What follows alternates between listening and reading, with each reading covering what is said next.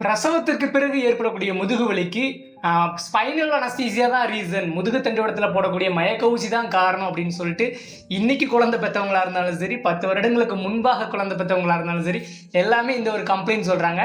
But ஆனால் அது கிடையாதுங்க சார். ஏன்னு கேட்டீங்க அப்படின்னா, அந்த ஸ்பைனல் அனஸ்தீசியா கொடுக்கக்கூடிய நீடில் பார்த்தீங்கன்னா ரொம்பவும் மெல்லிசான ஒரு நீடில் தான். இந்த நீடில்னால உங்களுக்கு ஒரு குறிப்பிட்ட காலம் வரையும் தான் வலி இருந்துட்டு இருக்குமோ தவிர அதுக்கப்புறம் உங்களுக்கு அந்த வலி இருக்கவே இருக்காது. ஸோ அந்த ஸ்பைனல் அனஸ்தீசியா போடும்போது ஏதாவது ஒரு எரர் நடந்துச்சுன்னா மேபி அதனால ஒரு சிலருக்கு இருக்கலாம். அப்போ அது ரீசன் இல்லைன்னா வேற என்ன ரீசனா இருக்குன்னு பாத்தீங்கன்னா, ஒரு அம்மா குழந்தைய வயிற்றுல ஒரு 9 இருந்து 10 மாசங்கள் வரையும் சுமக்கிறாங்க.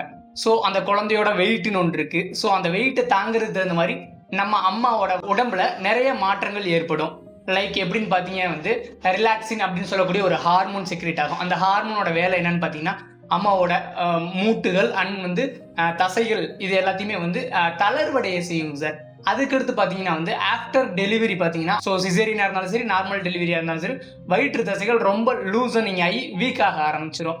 தேர்ட் ரீசன், மெயினான ஒரு ரீசன் பார்த்தீங்கன்னா குழந்தை தாங்க சார். என்னன்னு பார்த்தீங்கன்னா அந்த குழந்தைய கேர் பண்ணிக்கக்கூடியது. ஸோ எந்த மாதிரினா வச்சுக்கோங்களேன், அவங்களுக்கு ஃபீட் பண்ணுறதுக்கு ஒரு கம்ஃபர்டபுளான பொசிஷன் இல்லை அப்படின்னா, அப்புறம் அவங்களுக்கு சாப்பாடு கொடுக்குறோம் அப்படின்னா சாப்பாடு கொடுக்கும்போது அதுக்கடுத்து அவங்களை குளிப்பாட்டுறது டயப்பர் சேஞ்ச் பண்ணுறது நிறைய ஒர்க்ஸ் இருக்குங்க சார்.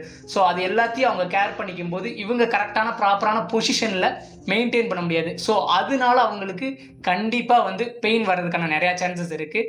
ஸோ இதுக்கப்புறம் பார்த்தீங்க அப்படின்னா அந்த குழந்தைய கேர் பண்ணது ஒரு 3 to 4 மாதங்களுக்கு பிறகு பார்த்தீங்கன்னா அவங்க எக்ஸசைஸ், யோகா இதெல்லாம் பண்ணாங்கன்னா மட்டும்தான் தளர்வடைந்த தசைகள்லாம் இருக்கு பார்த்தீங்கன்னா அதுல இருந்து ரெக்கவரி பண்ண முடியும் சார். தாய்மை அப்படின்றது ஒரு பெரிய வரம் சார். ஸோ நீங்க உங்களையும் இந்த மாதிரியான ஒரு கேரிங் எடுத்துக்கிட்டீங்க அப்படின்னா பின்னதாக வரக்கூடிய அந்த பேக் பெயின் இந்த மாதிரியான ஒரு சில விஷயங்கள் எல்லாத்தையுமே நீங்க தவிர்த்துக்கலாம்.